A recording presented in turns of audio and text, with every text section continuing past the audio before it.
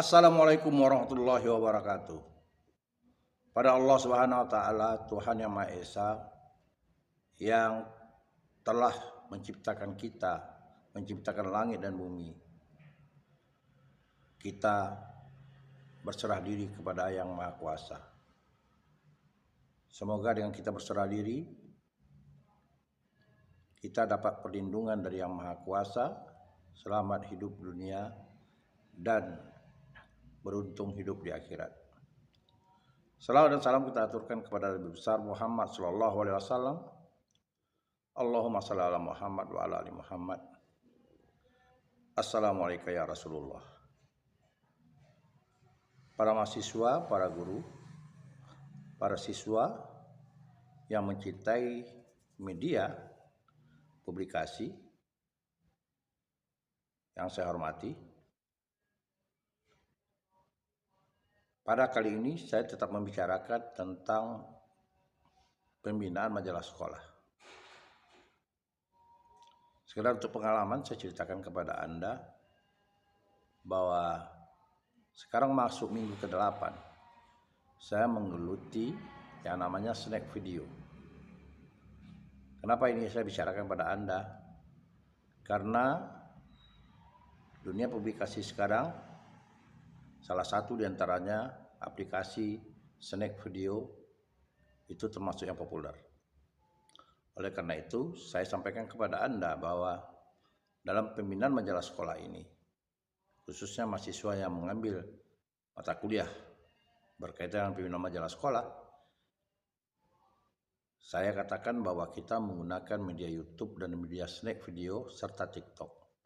Karena di samping atau tanpa mengurangi penilaian saya terhadap aplikasi lain, trennya aplikasi sekarang, dunia digital sekarang, pada 3 hal tersebut. Dan ini saya rasakan ketika saya menggeluti 8 minggu yang lalu snack video. Minggu pertama dengan otodidak saya belajar, saya melihat konten-konten yang memberikan rangsangan, yang memberikan motivasi terhadap penggelutan aplikasi snack video oleh para kreator,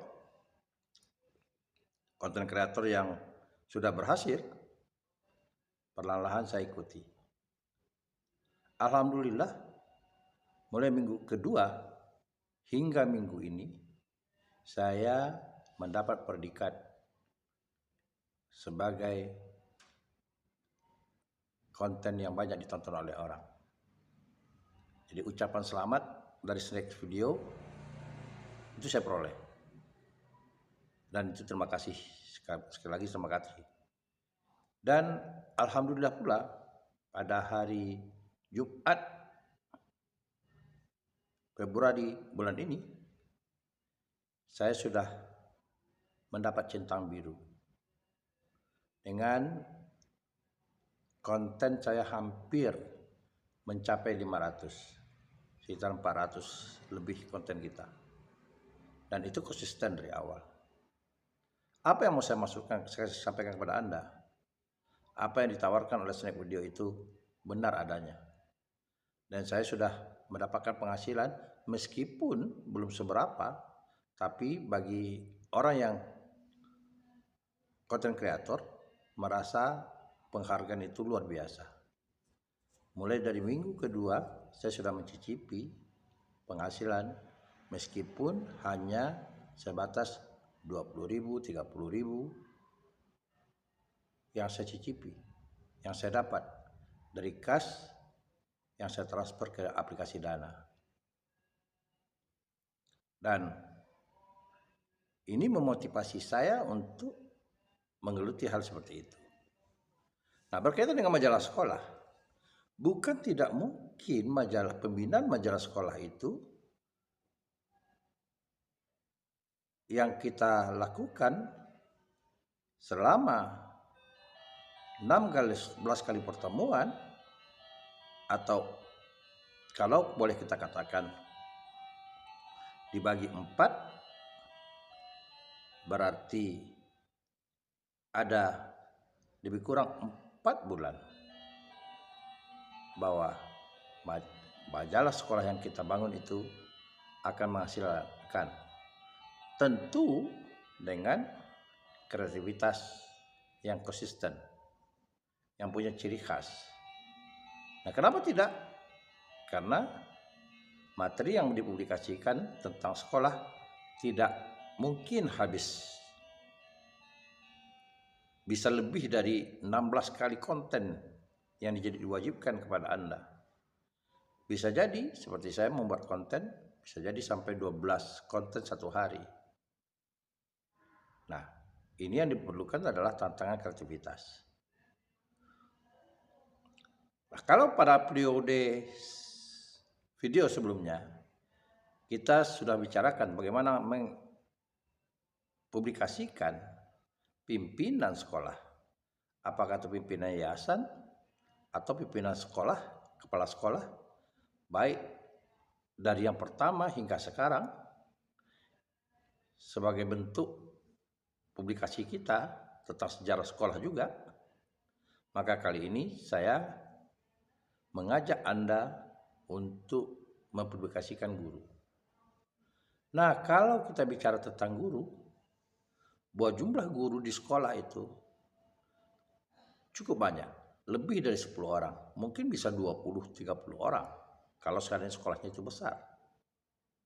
Anda bayangkan kalau masing-masing guru itu kita publikasikan melalui TikTok dan melalui Snack.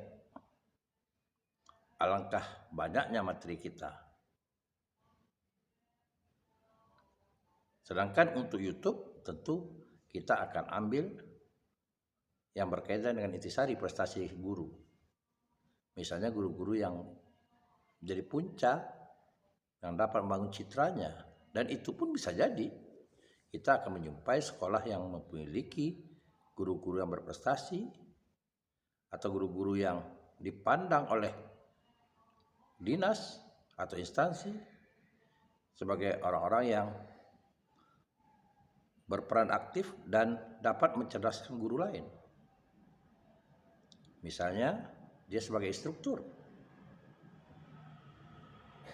tentang kurikulum, model pembelajaran dan sebagainya.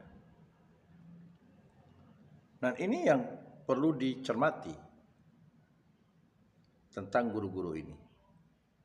Nah, perlu diingat bahwa saudara-saudara sekalian, guru-guru dari sekolah itu, SMP, itu guru-guru sudah memegang mata pelajaran. Wajibnya mata pelajaran atau bidang studi. Di samping itu ada tugas tambahan karena sesuai dengan status fungsional guru. Nah, ada tugas tambahan. Misalnya guru di samping bertugas sebagai guru mata pelajaran, ia juga diwajibkan atau diberi tugas tambahan sebagai pengelola perpustakaan. Ia juga diberikan tambahan sebagai wakil kepala sekolah, bidang kesiswaan, bidang kurikulum. Dan banyak lagi kegiatan-kegiatan lain yang sifatnya baik itu tugas tambahan permanen maupun tugas tambahan yang sifatnya temporer. Misalnya pada kegiatan tertentu, penerimaan murid baru, dan sebagainya, dan sebagainya. Dan guru diberikan kewajiban bagi kepala sekolah, dibagi-bagi. Nah, disinilah perlu kejelian kita, sisi mana yang akan kita tarik lebih dahulu. Tentu kita harus ada mappingnya juga, pendataan tentang guru-guru, tentang nama guru-guru, tentang prestasinya. Nah, lalu kita bisa memprioritaskan, tentu kita akan memprioritaskan guru-guru yang tingkat prestasinya lebih tinggi, mungkin secara kualitas maupun secara kuantitas. Itu yang kita prioritaskan dulu, tanpa mengabaikan guru-guru lain. Kemudian barulah kita bicarakan tentang guru-guru yang di bawah itu. Dan ini mengeksploitasi guru atau memprestasi guru, atau kita katakan mengekspos prestasi guru itu dapat dilakukan dengan dua cara. Pertama dengan cara guru yang mengeksploitasi sendiri, yang menceritakan sendiri prestasi-prestasinya. Dan itu bisa saja dengan cara monolog, atau cara kedua dengan cara podcast, wawancara. Kita melakukan wawancara kepada guru yang bersangkutan. Dan akan lebih menarik dan tingkat kepercayaan akan lebih tinggi jika ada tambahan terhadap guru yang bersangkutan dari sisi lain, dari guru lain, dari masyarakat, mungkin dari keluarganya atau dari para siswa yang mengomentari tentang sisi lain dari guru itu, tentang prestasinya, tentang kepribadiannya, atau tentang kehidupan sosialnya dan sebagainya. Dan ini akan lebih lengkap kalau kita membicarakan tentang seorang guru.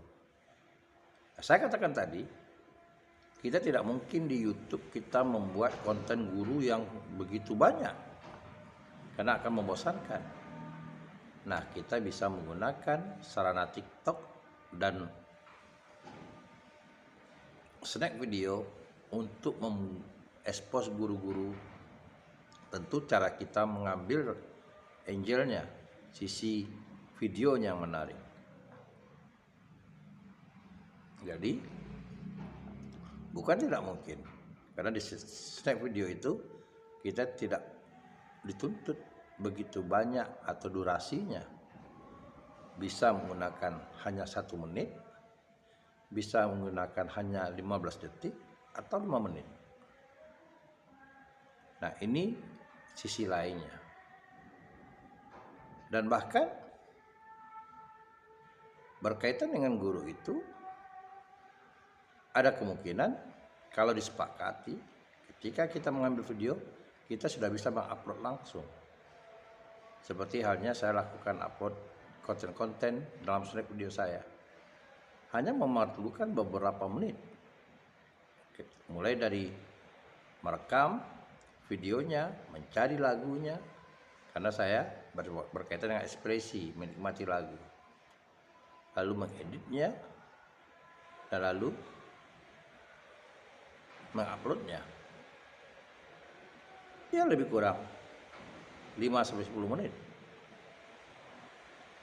Oleh karena itu, sekali lagi, Anda bisa langkah kita kali ini mengekspos guru. Jadi bagaimana cara Anda mengeksposnya agar lebih tertata rapi. Anda bisa menyusun beberapa daftar pertanyaan yang secara sistematis sesuai dengan urutannya. Lalu pertanyaan-pertanyaan ini bisa jadi Anda lemparkan ke guru tentang persoalan yang akan diekspos itu. Tentu ada koreksi tambal sulamnya. Lalu barulah kita melakukan proses perekaman. Perekaman yang saya maksud yaitu perekaman yang akan hasil mentahnya akan disampaikan kepada kepala sekolah sebagai penanggung jawab dari publikasi atau pembinaan majalah sekolah. Semoga dengan cara demikian materi-materi yang akan kita ekspos jauh dari kekurangan dan jauh dari segala penyimpangan, dan semoga pula dapat diterima oleh semua pihak, bahkan dapat memberikan informasi yang selama ini tidak diketahui oleh orang. Ya, contohnya kita membicarakan tentang guru dengan asal pendidikannya.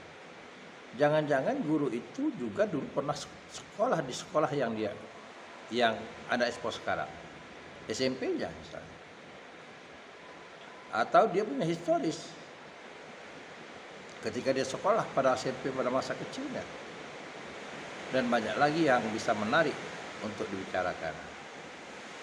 Semoga ini dapat dicermati lebih lanjut. Assalamualaikum warahmatullahi wabarakatuh. Jangan lupa Anda like, share, dan follow sekali lagi TAS TV.